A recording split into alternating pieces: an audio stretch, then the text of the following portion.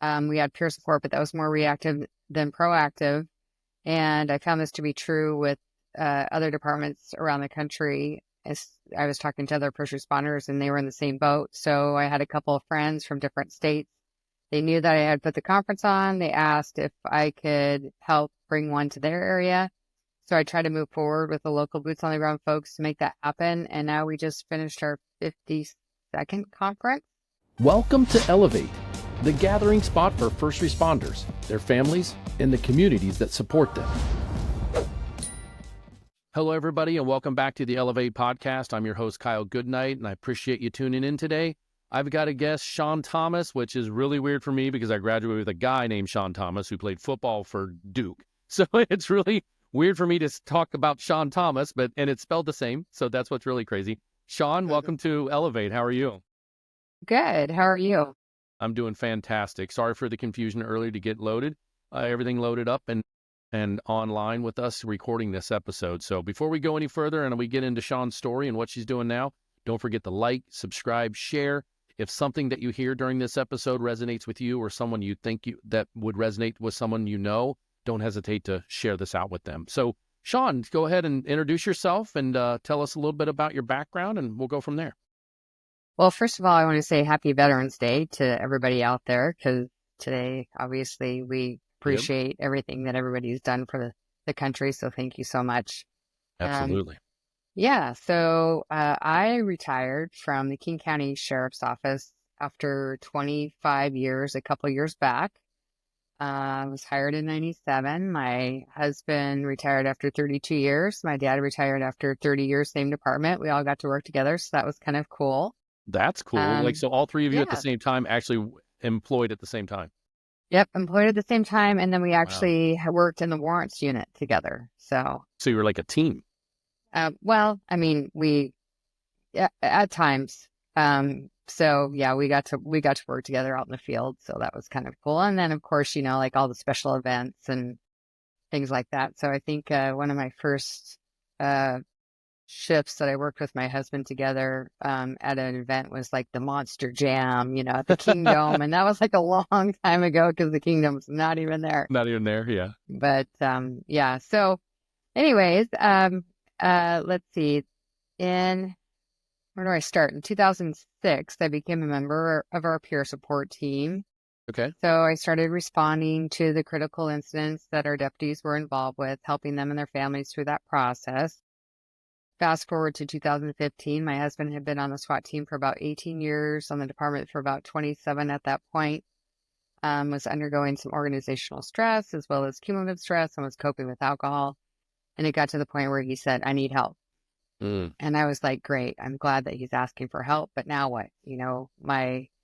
I wasn't really comfortable reaching out to my department because I wasn't exactly sure what that was going to look like. So I searched and found a confidential resource.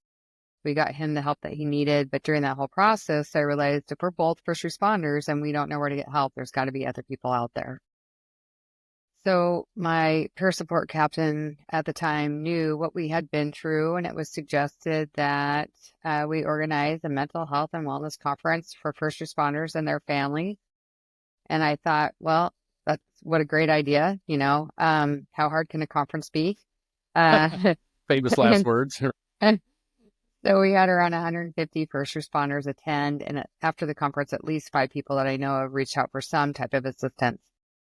So it was clear to me that we had a lot of first responders suffering in silence, and I knew my department really didn't have any proactive wellness programs at that time. We had peer support, but that was more reactive than proactive.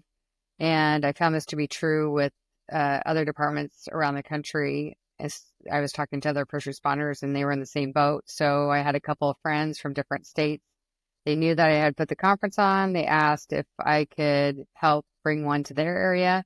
So I tried to move forward with the local boots on the ground folks to make that happen. And now we just finished our 52nd conference. That's incredible. Since 2016. Yeah. And you go all over the nation for that? All over the country. Yeah. We get asked by agencies that are trying to make wellness a priority to come to the area. And we try to work with them and move forward to make that happen. That's fantastic. So thank you so much for what you do. we have a conference here in Central Ohio I just got the message yesterday that they've picked the date for next year, and it's only the third one. But they, just like you, they had like a $400 or 400, not dollar, 400 person response on the first one. The second one was over 800, and now they actually moved venues because they need more space because so many people weren't able to come last year. So we'll see what the Wow. registration for this one is in April of 2025. But it's called the Phoenix Project, so I'm not sure if you've heard of that group yet. Mm-hmm. But Yep. yeah, so wonderful that there's organizations out here willing to do it. Ours is local still. Could it go national? Absolutely. That is probably a goal of theirs. I can't speak for them, but I have spoke with a member of the board, and they're like, we need to walk before we run, of course, and do that. So tell me some of the things that above and beyond, wanting to do this for your system, have you had your own struggles at all?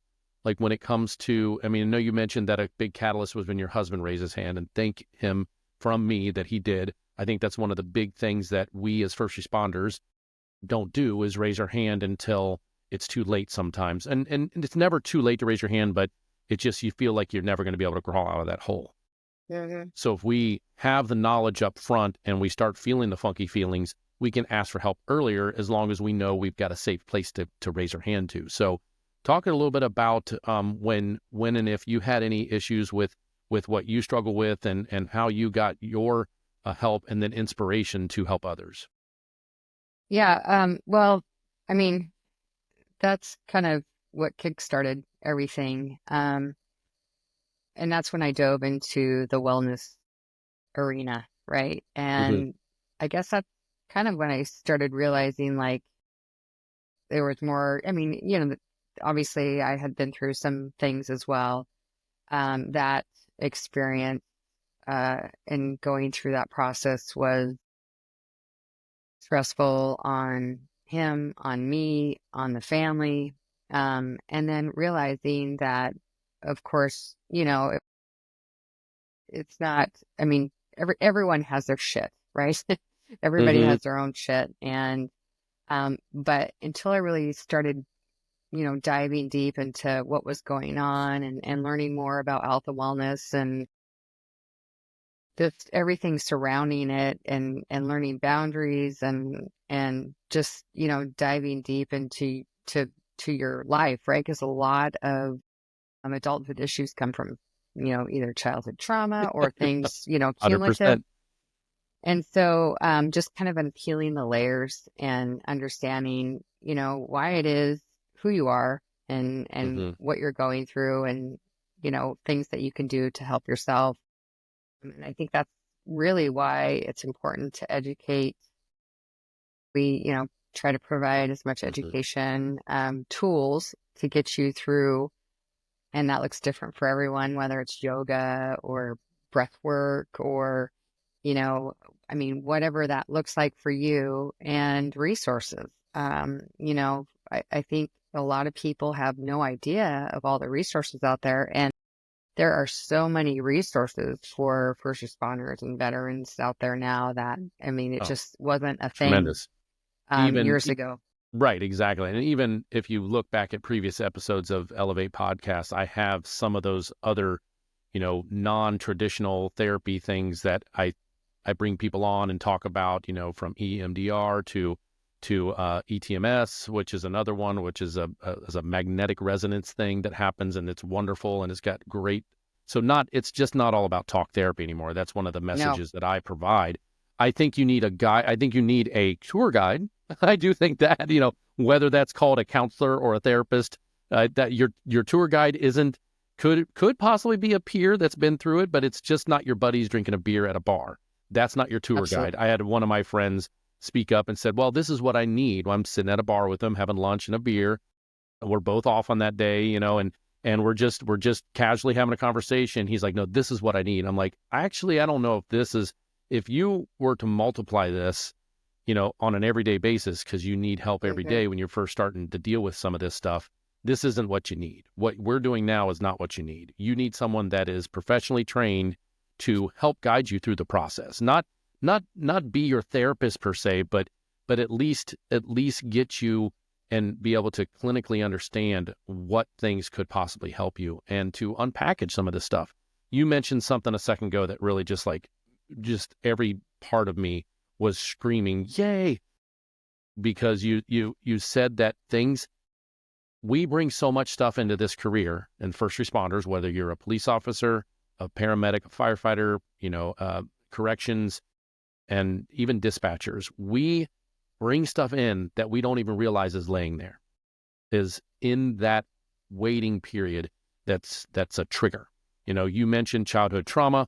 I've taken my ACEs score. If nobody knows what's ACEs score on here, if you listen to any one of my podcasts, I probably mentioned the ACEs score almost every episode. It is something you should know what that is and what it means, what it entitles.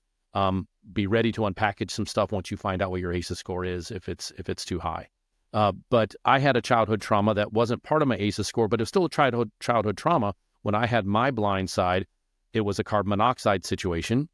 And many years later, after I had my issues with all of the carbon monoxide and the death that I faced for a very short period of time, and a whole family of four, and 4 kids being rushed to the hospital with one of them unconscious. Thank goodness all of them survived, but it was overwhelming. It was an overwhelming response to my ability to cope. And that's when I raised my hand. Luckily, I wasn't spiraling for very long. It was very quick, but I've never been opposed to help. But I found out even 5 years later, once I found out what ACEs scores meant and how incredibly important your childhood trauma is to you, whether that means, this incident, like with me, a Cub Scout friend of mine who was affected by carbon monoxide, he became severely developmentally and physically handicapped from it. He was the life of the party. So that is a trauma when I was 9 years old that affected me. I remember how scared I was of that happening to my family, my friends, and it carried through when I finally got an overwhelming response to a trigger like that. So talk a little bit more about what you guys do in your well, before we get there, go ahead and tell us about your program. I know you mentioned you've had 57 of them, but explain what your program does, if it's always the same thing or if it's always different. Like describe the week or the weekend or the day that you do for your seminar. Sure. Well, we've had to 52. We just finished with 52, not 57. Not yet. Okay, sorry. No, but it's 2 days. It's all in one big ballroom. The attendees sit at rounds. We have breakfast together, we have lunch together, and we have a networking social after day 1. And then we bring in 8 to 10 speakers with different backgrounds, different topics. I try to balance the schedule to make sure that we're including different presentations, but all of them include overall wellness. So no matter who's in the room, whether you're fire, police, dispatch, corrections, military, veterans, spouse, family members, clinicians, chaplains, everybody's invited to attend, professional staff. There is something that you will be able to walk away with. So even though that we're focused on first responder professions, it's not all about the first responder. No matter who you are, you'll be able to walk away with education, tools, and resources to help yourself, to help your family, to help your friends, to help your coworkers. That's huge. So that's good to know that. So then within that, when it comes to how you structure it, so I take it it's a different, each symposium is a different structure, or do you have some repeat people that are always on are they always on the call or, at the show or? Yes, maybe. No, we use local speakers and we use national speakers. Okay. So everywhere we go, we try to bring in the local people just because they have some knowledge of the area, know what's going on within the culture and the climate, and kind of have an idea.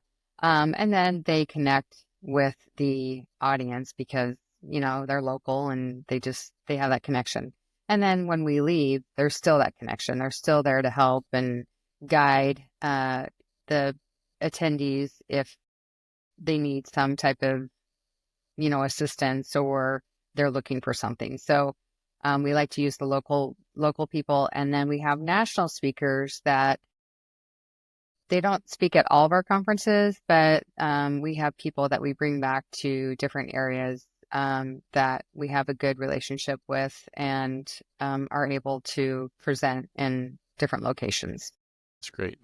I'm so glad that you have in the moment help if anybody needs it. That's huge. So that kind of leads to the next section that I want to say a word from my sponsor real quick, and then we'll come back and ask some more questions. Let me ask you a question. Would your life be better if whatever you're struggling with, you could finally break free of? So what am I talking about? The Funky Five.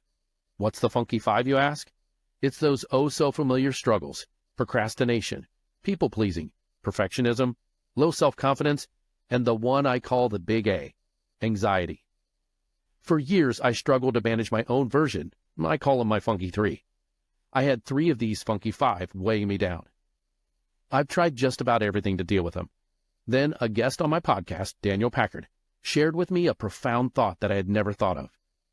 So Daniel, a UC Berkeley engineer, spent 8 years working with this team and over 3,000 people to create an approach that doesn't just help you manage these issues. It actually frees you from them by getting right to the root of what's holding you back. So after meeting with Daniel, I decided to give it a shot. And within 6 short weeks, gone. Truly gone. I was so amazed. The number one thing I was dealing with was procrastination. But miraculously, a deeper-rooted struggle with people-pleasing, something I'd been unknowingly battling for a lifetime, lifted entirely. And the anxiety that came with them both, gone as well. Are you tired of battling any of your Funky Fives? People-pleasing, procrastination, perfectionism, low self-confidence, and the biggest happy killer of them all, the A word, anxiety. Imagine how much better life would be if you weren't just managing these things, but free of them, quickly, and yes, permanently. If you're ready for a real solution, head to danielpackard.com and get his free 90-minute training. Daniel himself will walk you through what makes his approach so different and teach you a technique you can use immediately to start feeling the difference. So if any of the Funky Five, or maybe your own version of the Funky Five, are holding you back, don't wait. Visit danielpackard.com. You can truly get results and start living the life you want.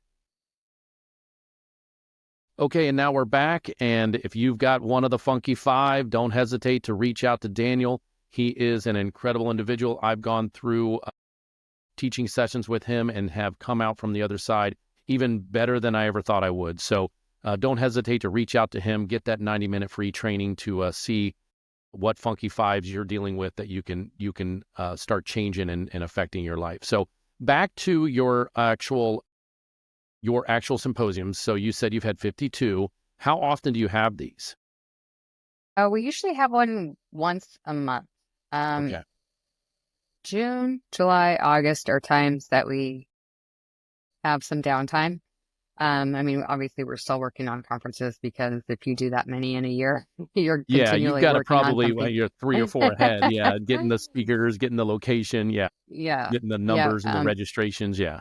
yeah. We usually secure a speaker 6 months ahead of time, and then we open up registration 5 months ahead of time. So I would say that we start planning on conferences about a year out, Okay. and sometimes a little over a year.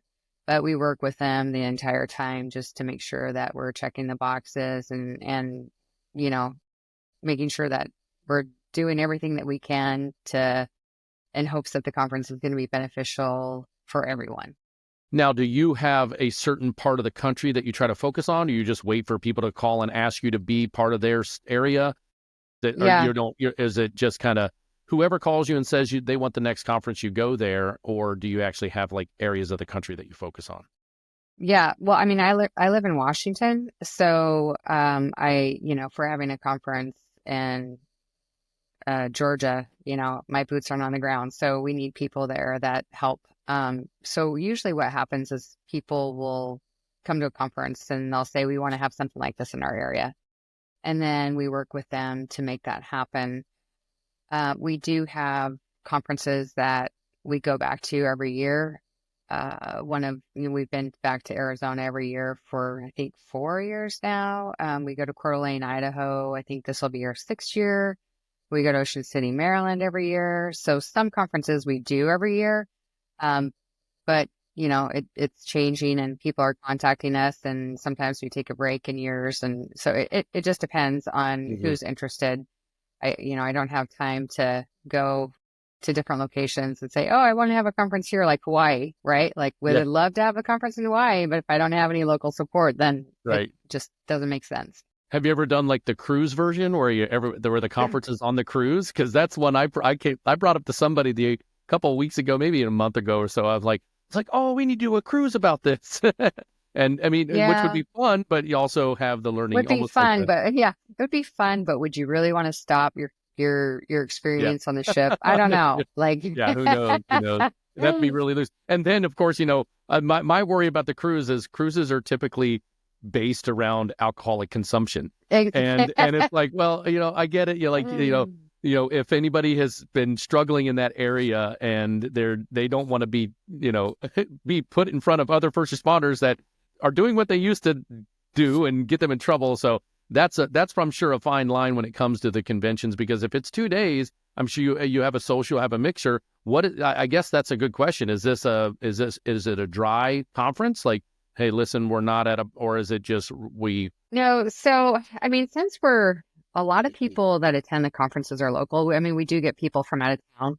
And then we do get people that will just stay at the hotel that the conference is at, just because maybe they live, 45 minutes away and they just don't want to drive. But after the first day, we have a networking social, and it's just light appetizers and drinks for purchase. So if people want to Once purchase you, a yeah, drink, then they're, more than happy to. I know that I like to have a glass of wine, and so, and some people don't, and that's fine.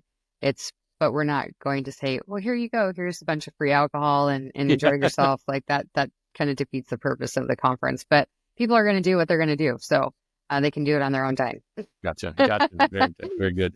So when have you been into the Ohio region yet?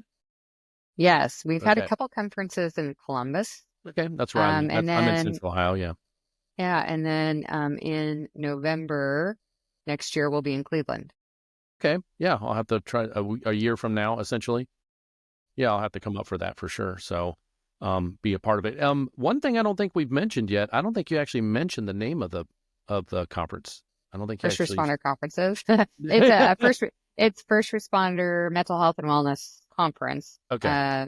presented by First Responder Conferences, co-hosted by whomever, wherever we are. I gotcha. Okay. Yeah, and we'll put Yeah. all that information where you can go. And do you have a website that shows all the links and places that you're Yep. going to be and registrations, all that on a Yep. centrally located area? Yep. Okay. Yep. They can just go to the website and they can learn about where we're going to be. And then when registration opens, they can click the links and Okay. learn about that conference. Yeah, and one of the other things that I wanted to mention too is you were talking about resources, and since our conference is in one big ballroom, the attendees sit at rounds in the middle, and on the outer perimeter we have resource partners / exhibitors Hmm. who basically help make the conference happen. And they one of the reasons why we like to have them in the room is we want them to be a part of the 2-day conference, so they get to surround our first responders with the resource that they have, because obviously they have some type of resource that helps the first responder community. We want to make sure that they kind of are aware of what's going on within that area, Community. Yeah. so they can understand how they can better their resource for those people, and maybe adjust or flex if need be. And then at the end of the day, wellness is wellness, and they can benefit from it too. So they get to walk away with beneficial education tools and resources for themselves. Right. Fantastic. And of course, if someone's listening to this and they want to try to get you to come to their area or region, is all that information also on your website to request a conference at their place? Yeah. Yep. They just go to www.one, so the number one, strc.org, and all that information is on Right there. there. If they want to volunteer, if they want to co-host, if they want to endorse, if they want to go to a conference, if they want to be an exhibitor or resource partner, if they want to sponsor, everything's on there. Yeah. Fantastic. Well, thank you so much for sharing all that information. We could probably talk about the stories and actually let's go ahead and ask that. What's a time when you have seen what the conferences do, whether that's after the conference and you hear somebody, react to it, or, like, tell me what's one of the most profound stories that have come from what you guys do. Like Yeah, when yeah. yeah, no, I mean, one of the reasons why, we continue to move forward is because every time, and I mean, even from the start, when we'd have a conference, we'd do evaluations and people would tell us how beneficial it was. And then I started getting the phone calls with people telling me that it saved their life. So Mm, therefore, I kept on moving forward. And at every single conference, maybe not then. I mean, sometimes we even hear like a year later, somebody will say, they'll come back to a conference and they'll just say, I want to let you know that, um, when you're talking about these conferences saving people's life, I thought it was bullshit, and it really did help me, and it saved my life. And so therefore, it was just like, wow, like we don't expect to hear that. I mean, I don't expect anybody to come up and tell me that.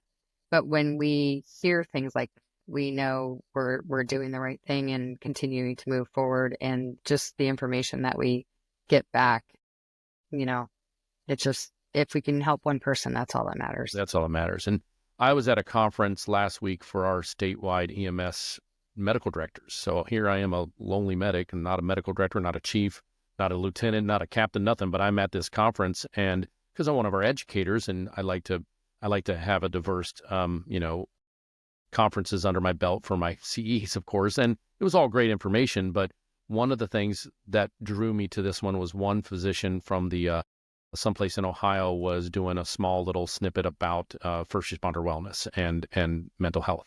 And so went up to talk with him afterwards, and there was another medical director talking to him. And one of the things that he said was that he has had people asking him in his area, that who he is a medical director for, he's got people asking him that can they have some more training on mental health.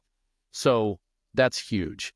We struggle so much with stigma, and I don't even like using that word stigma because stigma's got a stigma now, but we struggle with normalizing the conversation behind mental health. We weren't trained in it in the beginning.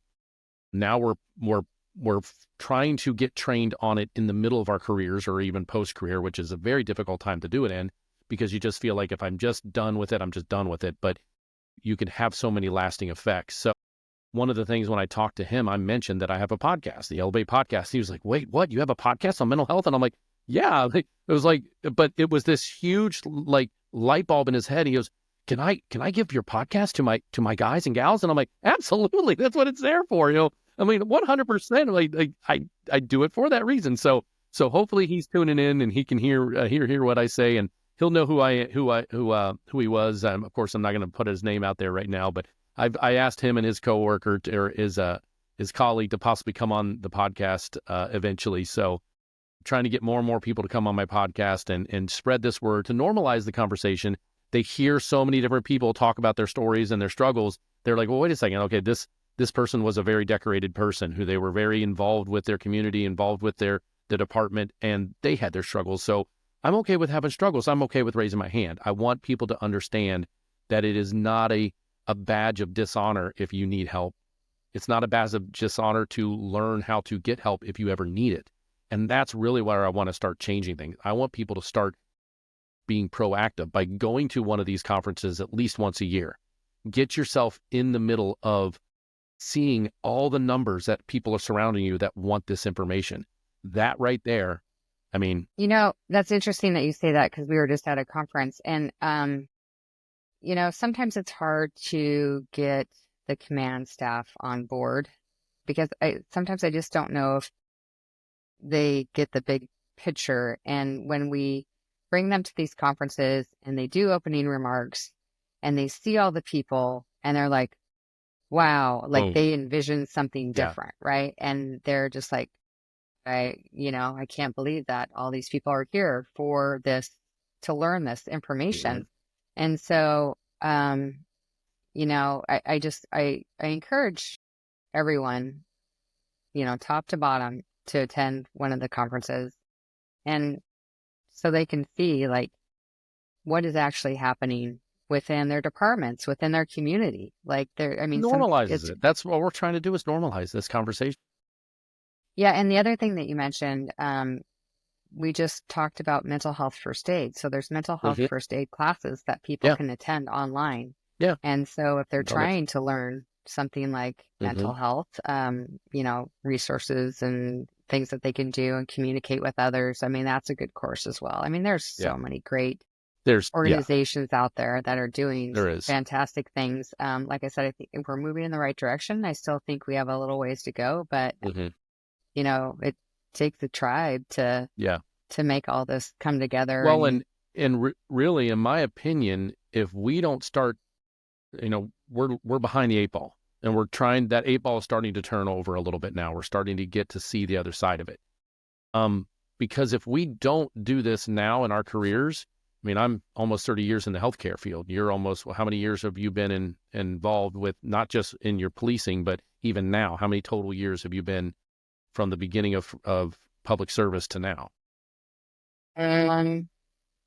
29. So yeah, we're right at the same. We both started in about 97, 96, somewhere around there, right? Right around that, right around there. That's when I started with healthcare and then got into public service when 10 years later with EMS. But and hospital, this goes out to all your nurses, all your ER docs, all the hospital workers too. This is no different. You guys still have the same, if not more, stressors, especially after COVID. So this is, I mean, you're a first responder of your hospital, so I kind of still consider that as someone that needs if you're a nurse or a respiratory Sure. therapist or a physician, please come to these conferences, because it's like she mentioned, or like Shawn mentioned earlier, it is for anybody, family members of one of us. I'm in a double barrel relationship with my wife. She's a nurse. I'm a paramedic. So she has her own stressors, right? She needs this information just as much as first responders. But Well, and that's a good point too, because being a first responder, we always say, "Oh, we're one big happy family." You've joined this family, but never once did my agency send anything home to the family saying, "Hey, if you see your first responder going through this, maybe yeah, you can help with this." And the other thing is they need tools and resources to deal with things as well. Like we come home, we're grumpy. They're like, I don't understand what's going on. And so I feel like that's another reason why we mm, invite them to the conference. So they kind of get an idea of what it is like being a first responder day to day and what they're enduring and how maybe the job affects them. And then how they can maybe start communicating and being open with one another. I know we don't like to go home and unload our shit.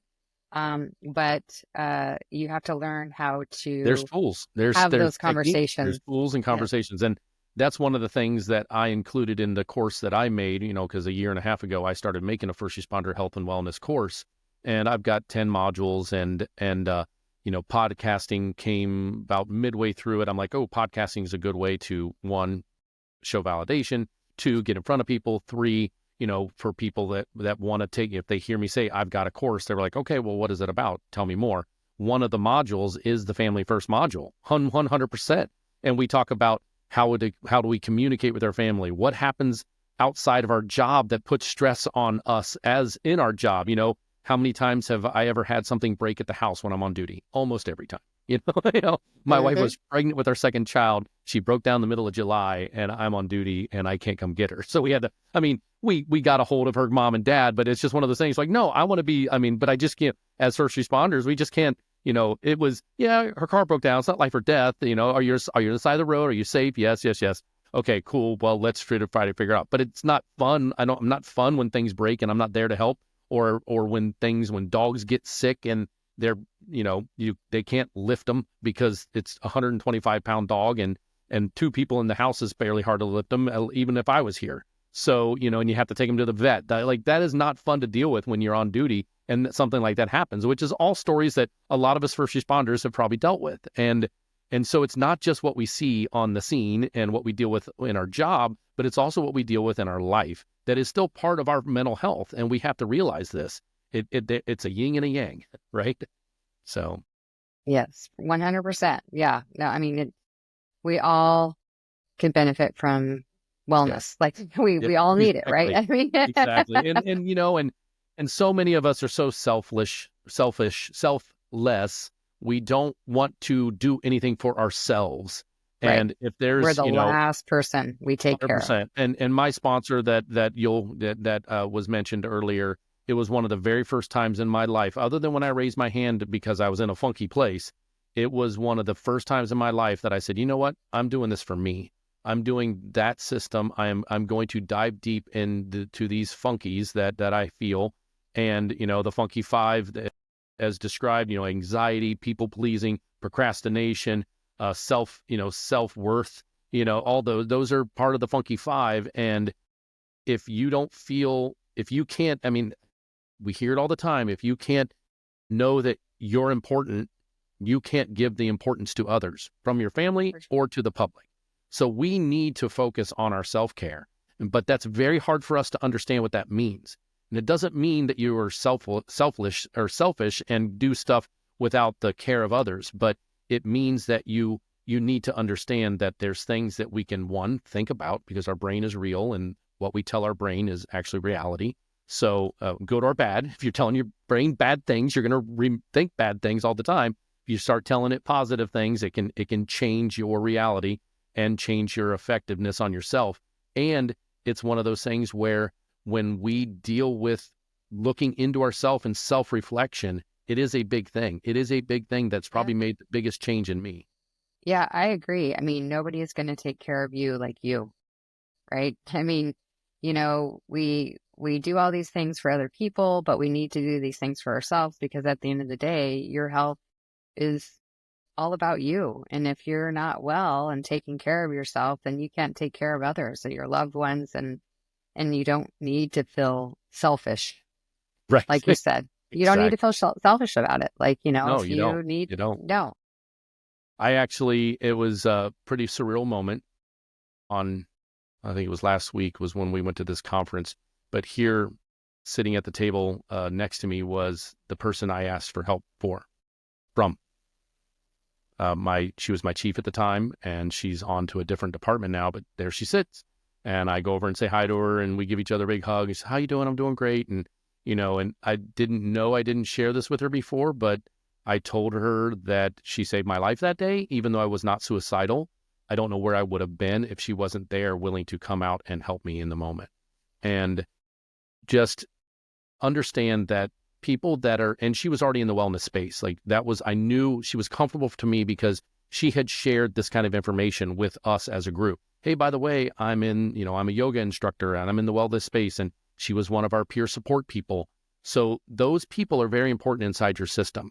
Don't think that they're going to do anything other than help you. Don't be afraid that they're going to talk to other people. It's all about you and your care. If you trust them, go to that person on that team and ask for help. They're going to help you. Yeah. Well, and if they do, tell somebody who cares you're still alive, right? Yeah. Matter of fact, yeah. That's all that matters. So Yeah. I think there is such a stigma, and people, right. We want people to think good about us. And right. But at the end of the day, again, you need to take care of yourself. Yeah. And last thing before we sign off here is when it comes to why this is so important in our career, and this is where I kind of got sidetracked with other discussions when we talked about how long you and I have been in the healthcare / first responder space, combined. We've got almost 60 years between the two of us. And if we don't start making a change now, one, we not going to retain the people that are coming up now. Two, and more importantly, people aren't going to want to do our profession. They're not going to be enough of us to do what we do. They'll be. Yeah, well, that's already happening. Right. And I know. And that's why it is so important that these conferences and these discussions and these podcast episodes, and there's plenty of podcasts out there that talk about this, and they're all going to tell you the same thing. If we don't get this on the right track, our new people coming up are going to see all of us in turmoil and go, I'm going to do that career. Why would I want to go and put myself to that if they're in turmoil 20 years later? So just the thing that I want to also get across is one of my major missions before I retire in the next 8 to 10 years, I got a little window of what I want to do. But one of the things I want to do is I want to get this discussion, this normalization discussion, and all of the different things that we're learning out there on the circuit I want to get into the schools, not just 1 4-hour class. Like, I want it to be a weekly discussion for at least 10 weeks, because habits are over time. So we need the habits that we need to understand the tools, understand the signs and symptoms, and all of that stuff has to become habits to us because we've talked about it enough and we understand it. Well, I mean, it just likes to be like it needs to be like any other training that we do, right? Every year the department makes you do this and then makes you do this. It needs to be every year. We need to talk about wellness every year. It's just it shouldn't be an option. Yep, exactly. It should be, I have to re-up my bloodborne pathogens every year.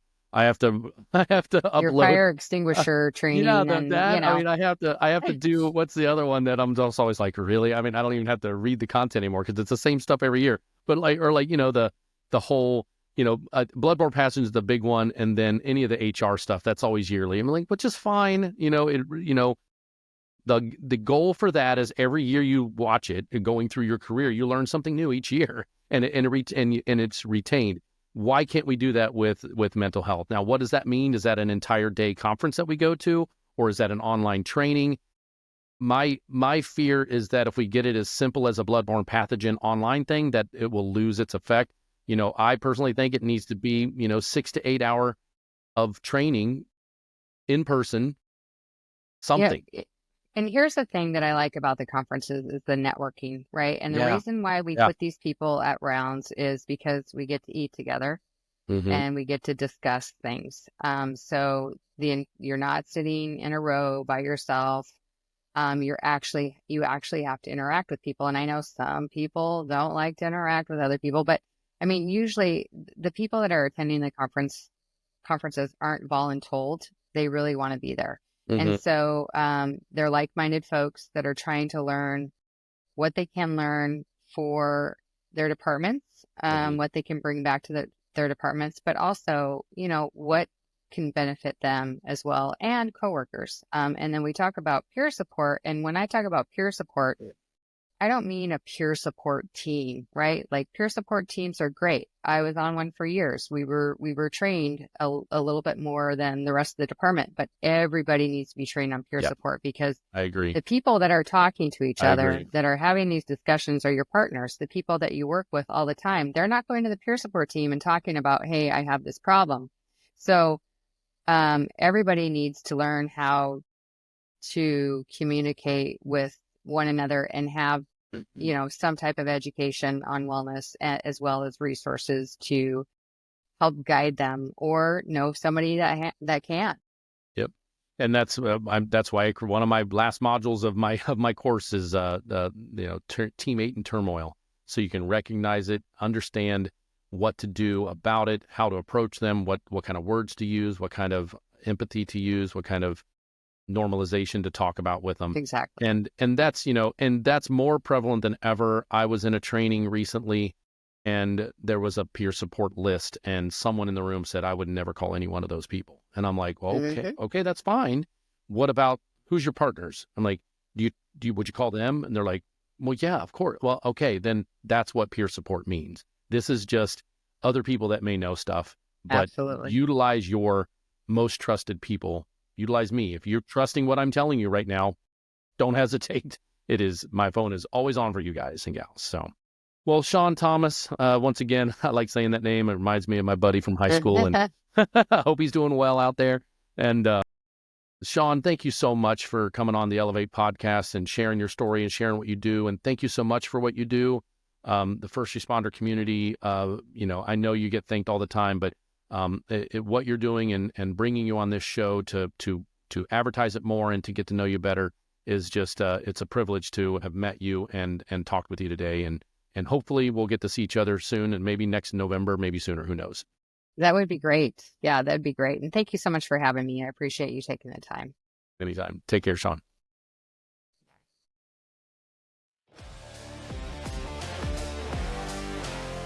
That's a wrap for this episode of Elevate, brought to you by Frontline Empowerment Solutions, your partner in building resilience and fostering continued growth.